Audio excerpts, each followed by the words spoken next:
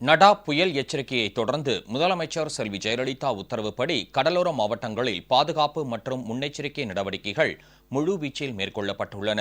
அவசர உதவிகளுக்கு கட்டணமில்லா தொடர்பு எண்ணும் அறிவிக்கப்பட்டுள்ளது. வங்கக்கடலில் உருவான நடா புயல் வலுவிழந்து ஆழ்ந்த காற்றழுத்த தாழ்வு நிலையாக மாறி இன்று அதிகாலை கரையை கடந்த நிலையில் கடலோர மாவட்டங்களில் கனமழை பெய்து வருவதால் முதலமைச்சர் செல்வி ஜெயலலிதா உத்தரவின்படி தமிழகத்தின் கடலோர மாவட்டங்களில் முன்னெச்சரிக்கை மற்றும் பாதுகாப்பு நடவடிக்கைகள் முழுவீச்சில் மேற்கொள்ளப்பட்டுள்ளன. பெருநகர சென்னை மாநகராட்சியின் ஒவ்வொரு மண்டலத்திலும் மழைநீர் தேங்கும் இடங்களாக கண்டறியப்பட்டுள்ள பகுதிகளில் படகுகள் தயார் நிலையில் வைக்கப்பட்டுள்ளன. சென்னையில் சுரங்கப்பாதைகளில் தண்ணீர் தேங்காதவாறு உயர் அழுத்த மின் மோட்டார்கள் மற்றும் சூப்பர் சக்கர் வாகனங்கள் தயார் நிலையில் உள்ளன. சென்னை கொண்டித்தோப்பு பகுதிக்கு தேசிய பேரிடர் மீட்புப் படையினர் 45 பேர் கொண்ட குழுவினர் வந்துள்ளனர். 6 படகுகள் உள்ளிட்ட தேவையான உபகரணங்கள் தயார் நிலையில் உள்ளதாகவும் தெரிவித்துள்ளனர். திருவள்ளூர் மாவட்டத்தில் அனைத்து முன்னெச்சரிக்கை நடவடிக்கைகளும் முழுவீச்சில் மேற்கொள்ளப்பட்டுள்ளன.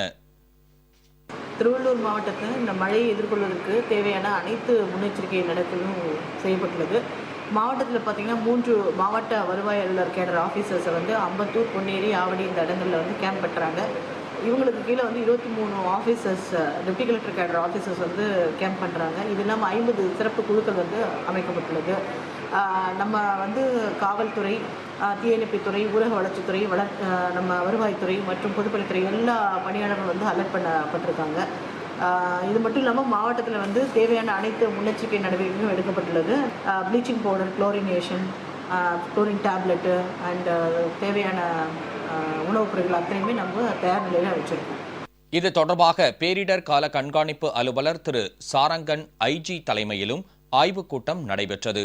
காஞ்சிபுரம் மாவட்டத்தில் 21 நிவாரண மையங்களும் 4 பல்நோக்கு பாதுகாப்பு கட்டடங்களும் தயார் நிலையில் உள்ளதாகவும் 750 திருமண மண்டபங்கள் மற்றும் பள்ளிக்கூடங்கள் தயார் நிலையில் வைக்கப்பட்டுள்ளதாகவும் மாவட்ட ஆட்சியர் தெரிவித்துள்ளார்.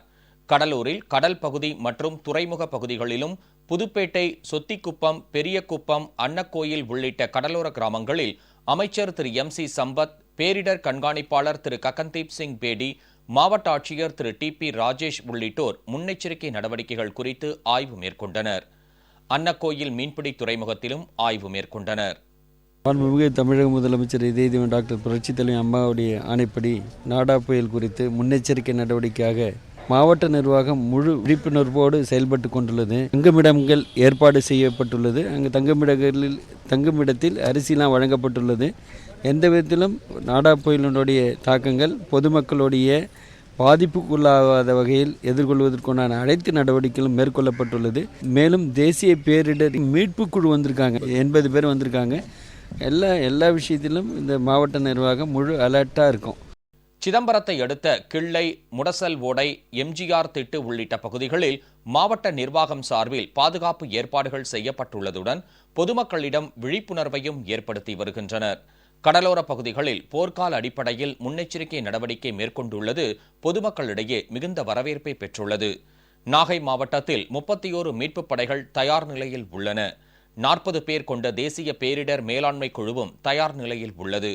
92 படகுகள், 4 மிதவை கப்பல்கள் தயார் நிலையில் உள்ளன. மேலும் 218 இடங்களில் தற்காலிக நிவாரண முகாம்கள் அமைக்கப்பட்டுள்ளதாகவும் மாவட்டம் முழுவதும் மின் ஊழியர்களும் பொதுப்பணித்துறை உள்ளிட்ட அனைத்து துறை ஊழியர்களும் தயார் நிலையில் உள்ளதாகவும் மாவட்ட நிர்வாகம் தெரிவித்துள்ளது. நாகப்பட்டினம் முழுவதும் கொள்ளிடத்தில் இருந்து பழையாறு வரைக்கும் உள்ள 32 வருவாய் கிராமங்களில் முன்னெச்சரிக்கை நடவடிக்கை எடுக்கப்பட்டுள்ளது.